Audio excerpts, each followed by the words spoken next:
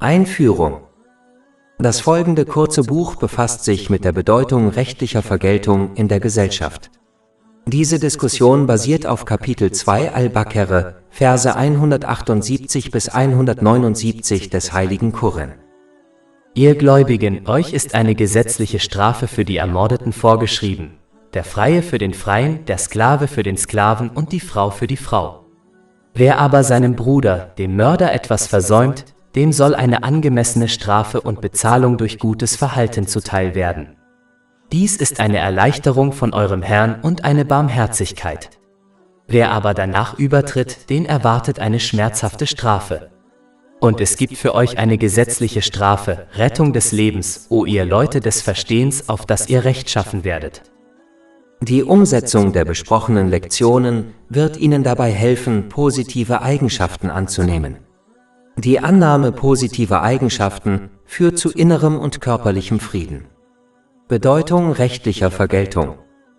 Kapitel 2 Al-Baqarah, Verse 178 bis 179.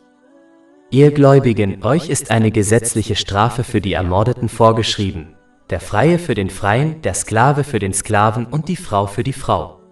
Wer aber seinem Bruder, dem Mörder, etwas versäumt, dem soll eine angemessene Strafe und Bezahlung durch gutes Verhalten zuteil werden.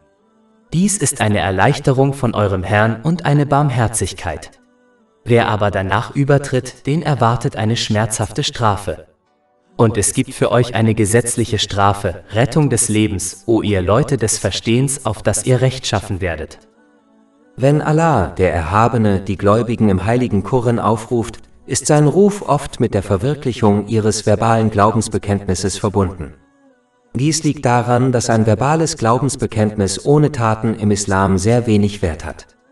Taten sind der Beweis und die Belege, die man erbringen muss, um in beiden Welten Belohnung und Gnade zu erlangen. Kapitel 2 Al-Baqarah, Vers 178. Ihr Gläubigen, euch ist die gesetzliche Strafe für die Ermordeten vorgeschrieben. Als erstes ist zu beachten, dass wahre Muslime alle Lebensformen respektieren. Tatsächlich wurde einem Muslim befohlen, allen anderen gegenüber barmherzig zu sein, da dies sicherstellt, dass sie von Allah, dem Erhabenen, barmherzig sind. Dies wird in einem Hadith empfohlen, der in Sunan Abu Dawud Nummer 4941 zu finden ist. Kapitel 28 Al-Qasas, Vers 77. Und tue Gutes, so wie Allah dir Gutes getan hat. Diese freundliche Behandlung muss auf alle Lebewesen ausgedehnt werden, auch auf Tiere. Dies wird in einem Hadith in Sunan Abu Dawud Nummer 2550 empfohlen. Keine andere Religion legt so viel Wert auf das menschliche Leben wie der Islam. Tatsächlich macht Allah, der Erhabene, klar, dass die Tötung eines unschuldigen Menschen so geahndet wird, als wäre die gesamte Menschheit getötet worden. Kapitel 5 Al-Ma'idah, Vers 32. Betötet eine Seele, es sei denn für eine Seele oder für Verderben im Land. Es ist, als hätte er die Menschheit vollständig getötet. Und wer auch immer einen rettet, es ist, als hätte er die Menschheit vollständig gerettet. Die Definition eines Muslims und Gläubigen, die der heilige Prophet Muhammad, Friede und Segen seien auf ihm, in einem Hadith in Sunan an-Nasai Nummer 4998 gegeben hat, macht kristallklar, dass der Islam lehrt, anderen Schaden zuzufügen. Dieser Hadith rät, dass ein Muslim und Gläubiger jemand ist, der anderen und seinem Besitz verbalen und körperlichen Schaden zufügt. Der heilige Prophet Muhammad, Friede und Segen seien auf ihm, hat niemals einer anderen Person oder Kreatur Schaden zugefügt, es sei denn, es geschah zur Selbstverteidigung gegen einen männlichen Soldaten während eines Gefechts. Er hat niemals einer Frau, einem älteren Menschen, einem Kind oder einem Nichtsoldaten Schaden zugefügt. Tatsächlich hat er sich niemals selbst gerächt und hat die von Allah, dem Erhabenen, als Staatsoberhaupt verordnete Strafe nur auf diejenigen angewendet, die von Allah, dem Erhabenen, gesetzten Grenzen überschritten und aufgrund unwiderlegbarer Beweise für schuldig befunden wurden. Dies wird in einem Hadith bestätigt, der in Sahih Muslim Nummer 6050 zu finden ist. So müssen sich Muslime unter allen Umständen verhalten, wenn sie behaupten, Anhänger des heiligen Propheten Muhammad, Friede und Segen seien auf ihm, zu sein. Da der Islam eine vollkommen ausgewogene und realistische Religion und Lebensweise ist, ist es Muslimen gestattet, sich selbst, ihre Familien und ihren Besitz zu verteidigen.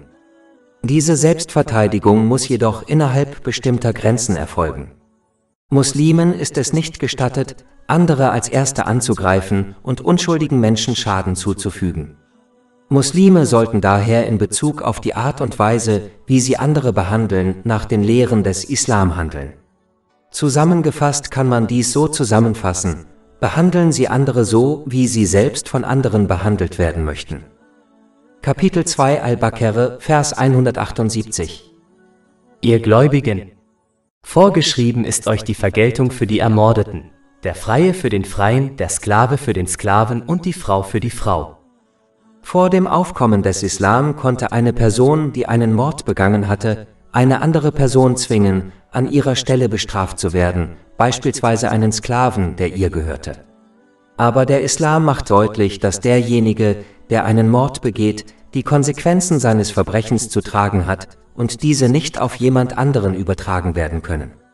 Der freie Mensch, der einen Mord begeht, wird derjenige sein, der die Konsequenzen zu tragen hat, das heißt, der Freie für den Freien. Der Sklave, der einen Mord begeht, wird derjenige sein, der die Konsequenzen seiner Tat zu tragen hat, das heißt, der Sklave für den Sklaven. Und die Frau, die einen Mord begeht, wird diejenige sein, die die Konsequenzen ihrer Tat zu tragen hat, das heißt, die Frau für die Frau. Generell gilt dieses Prinzip in allen Fällen. Das bedeutet, dass eine Person die Konsequenzen ihrer Sünden nicht auf eine andere Person abwälzen kann. Tatsächlich ist der Hauptschuldige, den die Menschen auch heute noch beschuldigen, der Teufel. Aber er wird am Tag des jüngsten Gerichts verkünden, dass sie die Schuld selbst und nicht ihm geben sollten, da er niemanden physisch gezwungen hat, Sünden zu begehen. Kapitel 14 Ibrahim, Vers 22. Und der Satan wird sagen, wenn die Angelegenheit abgeschlossen ist: Allah hat euch die Wahrheit versprochen. Und ich habe es euch versprochen, aber ich habe euch betrogen. Aber ich hatte keine Macht über euch, außer dass ich euch eingeladen habe und ihr mir geantwortet habt. Also gebt mir nicht die Schuld, sondern gebt euch selbst die Schuld. Wenn man die Schuld für seine Sünden nicht auf den Teufel, den Hauptanstifter des Bösen, schieben kann, wie kann man dann glauben, man könne die Schuld für seine Sünden auf jemand anderen schieben? Dies ist eine törichte Haltung, die einen nur dazu ermutigt, noch mehr Sünden zu begehen und die man deshalb aufgeben muss. Jeder Mensch ist für seine eigenen Absichten, Worte und Taten verantwortlich, und das ist unvermeidlich. Deshalb muss man seine Absichten, Worte und Taten ständig überprüfen, damit man sich angemessen auf seine unvermeidliche und unausweichliche Verantwortung am Tag des Gerichts vorbereitet. Kapitel 2 Al-Baqarah, Vers 178. Euch ist vorgeschrieben, wer ermordet wurde, der Freie für den Freien, der Sklave für den Sklaven und die Frau für die Frau. Wer aber seinem Bruder, dem Mörder, etwas versäumt, dem soll dem Erben oder gesetzlichen Vertreter des Verstorbenen bei gutem Verhalten eine angemessene Nacherfüllung und Bezahlung zukommen. Allah, der Erhabene, ermutigt immer zu einem freundlichen und barmherzigen Verhalten zwischen den Menschen und rät nur in extremen Fällen und in Angelegenheiten der Selbstverteidigung zu härterer Behandlung. In diesem Fall ermutigt Allah, der Erhabene, den Erben des Ermordeten, dem Mörder zu vergeben, da er den Mörder als ihren Bruder im Glauben und oder in der Abstammung beschreibt, da alle Menschen durch den heiligen Propheten Adam, Friede sei mit ihm, und seine Frau Hawa, möge Allah mit ihr zufrieden sein, verwandt sind. Wie bereits erwähnt, muss die Haupteinstellung und das Verhalten eines Muslims Barmherzigkeit und Freundlichkeit gegenüber anderen sein, da dies dazu führt, die Barmherzigkeit Allahs, des Erhabenen, in beiden Welten zu erlangen. Dies wird in einem Hadith empfohlen, der in Sunan Abu Dawud Nummer 4941 zu finden ist. Für diesen Akt der Vergebung sollte der Mörder dem Erben der ermordeten Person eine Entschädigung zahlen, es sei denn, dieser verzichtet freiwillig darauf als Akt der Wohltätigkeit seinerseits, was wiederum zu weiterer Belohnung und Segnungen für ihn in beiden Welten führt. Mit dem in diesem Vers erwähnten guten Verhalten ist gemeint, dass beide Parteien die getroffene rechtliche Vereinbarung umgehend erfüllen und barmherzig miteinander umgehen oder zumindest von da an jede Misshandlung des anderen vermeiden. Im Allgemeinen zeigt dies, wie wichtig es ist, anderen gegenüber eine neutrale Haltung einzunehmen, insbesondere wenn man aufgrund unterschiedlicher Eigenschaften und Verhaltensweisen nicht mit ihnen auskommt, anstatt anderen gegenüber eine negative Haltung einzunehmen. Wenn ein Muslim aufgrund früherer Probleme zwischen ihnen anderen gegenüber nicht positiv handeln kann, dann ist das Mindeste, was er tun kann, eine neutrale Haltung ihnen gegenüber einzunehmen, bei der er ihnen gegenüber weder positive noch negative Gefühle zeigt. Die höhere Ebene, die zu mehr Belohnung führt, ist, anderen gegenüber eine positive Haltung einzunehmen, selbst wenn man in der Vergangenheit Probleme mit ihnen hatte, aber dies wird empfohlen, ist aber nicht obligatorisch. Darüber hinaus ist es wichtig zu beachten, dass dies nicht bedeutet, dass man die missbräuchliche und gefährliche Situation, in die man verwickelt ist, nicht ändern darf, da der Islam dies überhaupt nicht befürwortet. Ein Muslim muss Schritte unternehmen, um seine Situation und Umstände zu ändern, um sich selbst und andere vor körperlichem und verbalem Missbrauch zu schützen. Aber nachdem er dies getan hat, sollte er danach streben, eine positive Haltung gegenüber der Person einzunehmen, mit der er in der Vergangenheit Probleme hatte, und dann mit klarem Verstand mit seinem eigenen Leben weitermachen. Eine Frau, die beispielsweise von ihrem Ehemann körperlich und verbal misshandelt wird, muss Schritte unternehmen, um sich und ihre Kinder vor ihm zu schützen, selbst wenn dies eine Trennung von ihm bedeutet, da der Islam ein solches Verhalten überhaupt nicht toleriert. Sobald diese Frau jedoch ihre Lebensumstände ändert, sodass sie und ihre Kinder sicher sind, sollte sie sich bemühen, ihrem ehemaligen Ehemann zu vergeben und mit klarem Verstand ihr Leben weiterführen. Kapitel 2 Al-Baqarah, Vers 178. Vorgeschrieben ist euch die gesetzliche Vergeltung für die Ermordeten, der Freie für den Freien, der Sklave für den Sklaven und die Frau für die Frau. Wer aber gegenüber seinem Bruder, dem Mörder, etwas versäumt, dem soll dem Erben oder gesetzlichen Vertreter des Verstorbenen eine angemessene Nacherfüllung und Bezahlung durch gutes Verhalten zuteil werden. Dies ist eine Erleichterung von eurem Herrn und eine Barmherzigkeit. Allah, der Erhabene, gewährte dem Erben der ermordeten Person die Wahl zwischen der gesetzlichen Vergeltung, die nur von der Regierung und unter strengen Richtlinien durchgeführt werden kann, oder der Möglichkeit der Vergebung mit oder ohne Zahlung einer Entschädigung durch den Mörder. Die Möglichkeit, zwischen den beiden zu wählen, war eine Gnade Allahs, des Erhabenen, denn den Menschen die eine oder andere Option aufzuzwingen, hätte ihnen Schwierigkeiten bereitet, da alle Menschen unterschiedlich sind. Diejenigen, die von Natur aus eine barmherzige Einstellung besitzen, würden eher zur Vergebung neigen und es daher schwer finden, die Hinrichtung des Mörders anzuordnen, wenn der Islam ihnen diese Option aufzwingen würde. Anderen wiederum würde es äußerst schwer fallen, dem Mörder ihrer geliebten Person zu vergeben, und sie könnten nicht mit der Realität leben, dass der Mörder ihrer geliebten Person als freier Mensch in der Gesellschaft herumläuft, während ihm das Leben seiner geliebten Person genommen wurde, insbesondere wenn die ermordete Person Angehörige hatte, die stark von ihr abhängig waren. Die Person mit dieser Einstellung würde es schwer finden, dem Mörder zu vergeben und ihm zu verzeihen, wenn ihr diese Option vom Islam aufgezwungen würde. Aus Gnade gegenüber allen Menschen hat Allah, der Erhabene, dem Erben des Ermordeten die Entscheidung überlassen. Anders als die meisten Rechtssysteme heutzutage, die das Schicksal des Mörders in die Hände eines Richters oder einer Jury legen, die aus völlig Fremden besteht, verhindert dieses kaputte System, dass der Erbe einen gewissen Seelenfrieden findet, den er erlangt, wenn ihm die Möglichkeit eingeräumt wird, über das Schicksal des Mörders zu entscheiden und die Angelegenheit zu den Akten zu legen, damit er mit seinem Leben weitermachen kann. Dieses kaputte System ist der Grund, warum die Familie des Ermordeten oder bei anderen Verbrechen als Mord, wie etwa Vergewaltigungen, das Opfer selbst mit seiner Familie sich oft darüber beschwert, dass der Gerechtigkeit nicht Genüge getan wurde, selbst wenn der Verbrecher zu einer Gefängnisstrafe verurteilt wird, da die Gefängnisstrafe nicht dem Verbrechen angemessen ist. Das bedeutet, dass der Verbrecher nach ein paar Jahren freigelassen wird und in sein normales Leben zurückkehren kann, wo er Sozialleistungen vom Staat erhält, während das Opfer und seine Familie lebenslang psychische Narben davontragen.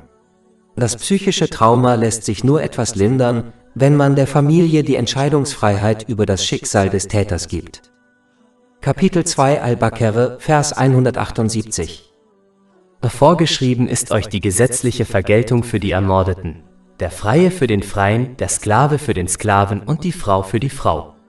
Wer aber gegenüber seinem Bruder, dem Mörder, etwas versäumt, dem soll dem Erben oder gesetzlichen Vertreter des Verstorbenen eine angemessene Nacherfüllung und Bezahlung durch gutes Verhalten zuteil werden. Dies ist eine Erleichterung von eurem Herrn und eine Barmherzigkeit. Wer aber danach übertritt, den erwartet eine schmerzhafte Strafe.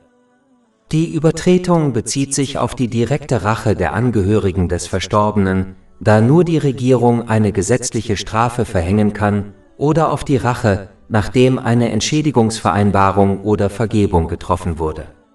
Es umfasst auch den erneuten Mord des Mörders, nachdem er beim ersten Mal begnadigt wurde. In diesem Fall wird der Richter den Befehl zur Hinrichtung erteilen, selbst wenn der Erbe des zweiten Ermordeten der Vergebung zustimmt. Dadurch werden alle Schlupflöcher geschlossen, die ein Krimineller nutzen kann, um der Justiz zu entgehen. Kapitel 2 Al-Baqarah, Verse 178 bis 179. Vorgeschrieben ist euch die gesetzliche Strafe für die Ermordeten, der Freie für den Freien, der Sklave für den Sklaven und die Frau für die Frau. Wer aber seinem Bruder, dem Mörder, etwas versäumt, dem soll dem Erben oder gesetzlichen Vertreter des Verstorbenen eine angemessene Nacherfüllung und Bezahlung durch gutes Verhalten zuteil werden. Dies ist eine Erleichterung von eurem Herrn und eine Barmherzigkeit. Wer aber danach übertritt, den erwartet eine schmerzhafte Strafe. Und es gibt für euch eine gesetzliche Strafe, Rettung des Lebens, o ihr Leute des Verstehens. In der gesetzlichen Vergeltung steckt Leben, da viele Mörder durch keine geringere Strafe als die Hinrichtung von ihrem Verhalten abgehalten werden. Es gibt unzählige Beispiele, in denen ein Mörder für sein Verbrechen mehrere Jahre im Gefängnis saß, nur um nach seiner Freilassung erneut einen Mord zu begehen. Die Hinrichtung einer Person rettet also das Leben anderer. Darüber hinaus hilft diese rechtliche Vergeltung, wie bereits erwähnt, auch der psychischen Verfassung der Angehörigen des Opfers. Denn das Wissen, dass der Mörder für sein Verbrechen mit dem Leben bezahlt hat, hilft den Angehörigen des Opfers, mit ihrem Leben weiterzumachen. Aber wenn der Mörder nur ins Gefängnis kommt und in vielen Fällen schließlich freigelassen wird, kann die Qual der Erinnerung an das Trauma, das ihr geliebter Mensch durch den Mörder erlitten hat, die Angehörigen des Opfers daran hindern, mit ihrem Leben weiterzumachen und in Frieden zu leben. Diese psychische Folter zu verhindern, gibt ihnen Leben. Wenn die Regierung eine Entscheidung bezüglich eines Täters trifft, haben die Angehörigen des Opfers oft das Gefühl, dass der Gerechtigkeit nicht Genüge getan wurde. Dies ist einer der Gründe, warum den Angehörigen des Opfers in Fällen vorsätzlichen Mordes die Wahl gelassen wird, den Mörder entweder hinzurichten oder ihn mit oder ohne finanzielle Entschädigung zu begnadigen. Wenn die Entscheidung den Angehörigen des Opfers überlassen wird, verringert dies die Möglichkeit psychischer Belastungen, die entstehen würden, wenn die Regierung das Ergebnis bestimmen würde.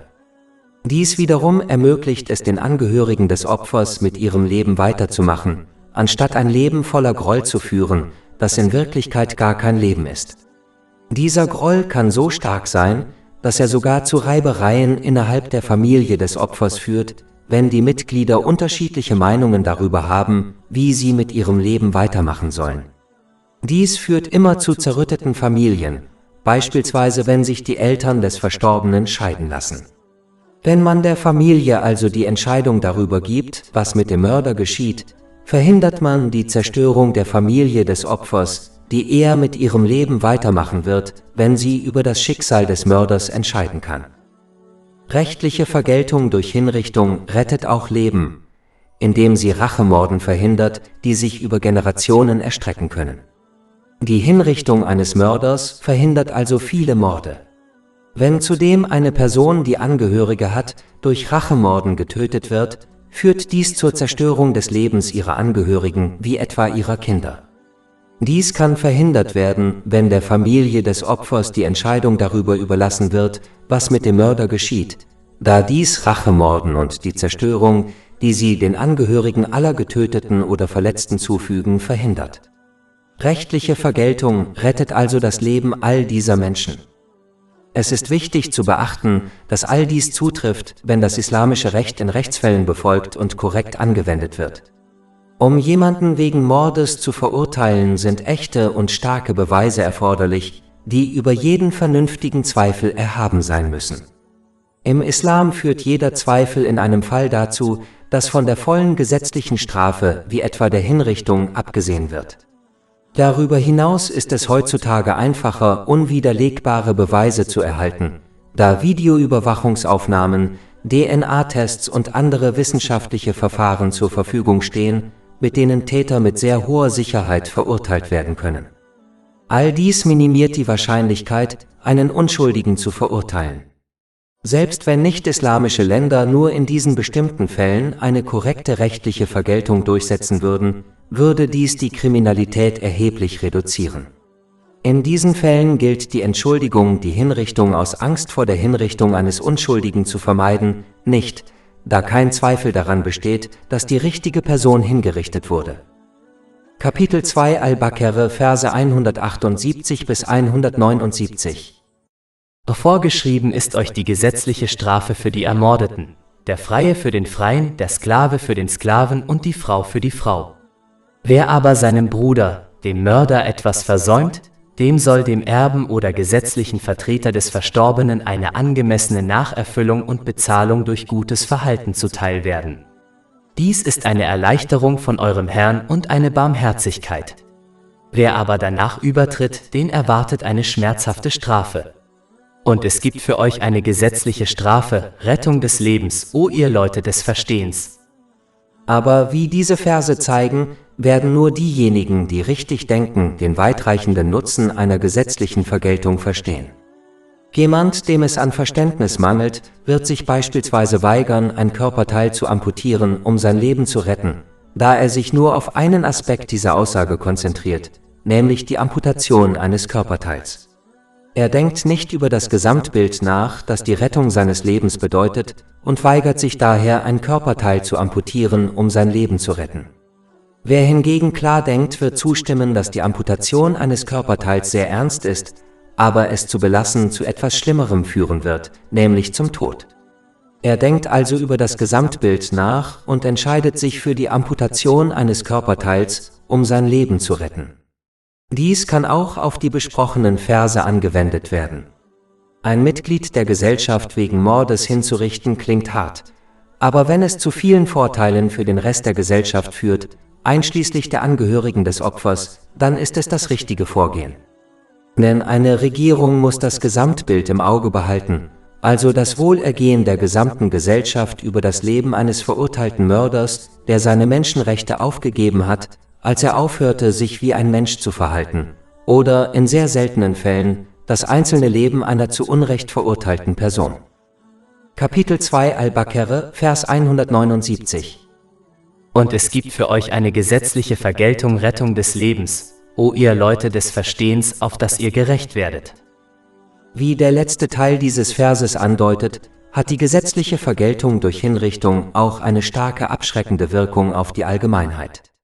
Wenn sie Zeuge der Hinrichtung von Mördern werden, wird dies diejenigen, die jemandem Schaden zufügen oder ihn töten wollen, davon abhalten, ihre Hand zurückzuhalten, aus Angst, ihr eigenes Leben zu verlieren und damit sich selbst und andere zu töten. Dies kann auf alle Arten von Verbrechen zutreffen. Wenn die Strafe für Verbrechen wie Vergewaltigung strenger wäre, würde dies viele potenzielle Täter von der Begehung von Verbrechen abhalten. Mildere Gesetze sind einer der Hauptgründe dafür, dass die Kriminalitätsrate in Gesellschaften nicht sinkt. Ein Aspekt der gesetzlichen Vergeltung ist die Vergebung des Mörders. Dieser Akt der Güte kann den Mörder dazu ermutigen, sein Leben als Krimineller aufrichtig zu bereuen, was zur Rettung seines eigenen Lebens und des potenziellen Lebens anderer führt, denen er Schaden zugefügt hätte, wenn er seine bösen Taten fortgesetzt hätte. Darüber hinaus kann es andere potenzielle Opfer und ihre Verwandten dazu ermutigen, ihren Unterdrückern ebenfalls zu vergeben, was wiederum zur Rettung vieler Leben und zur Verbreitung von Frieden und Barmherzigkeit in der Gesellschaft führt. Kapitel 2 Al-Baqarah, Vers 179. Und es gibt für euch eine gesetzliche Vergeltung, Rettung des Lebens, O ihr Leute des Verstehens, auf dass ihr gerecht werdet. Generell kann eine Gesellschaft Verbrechen nur dann minimieren, wenn diese beiden Prinzipien von ihren Bürgern angenommen werden. Das erste ist die gesetzliche Vergeltung, also ein strenges Gesetz, das Verbrechen angemessen bestraft, um potenzielle Täter von der Begehung von Verbrechen abzuhalten. Sogar ein Kind kann verstehen, dass ein potenzieller Täter weniger wahrscheinlich ein Verbrechen begeht, wenn die gesetzliche Strafe strenger ist. Je milder das Gesetz, desto größer ist die Wahrscheinlichkeit, dass ein potenzieller Täter ein Verbrechen begeht. Der andere Aspekt ist die Furcht vor Allah, dem Erhabenen, was bedeutet, dass man sich im Jenseits den Konsequenzen seiner Taten stellen muss.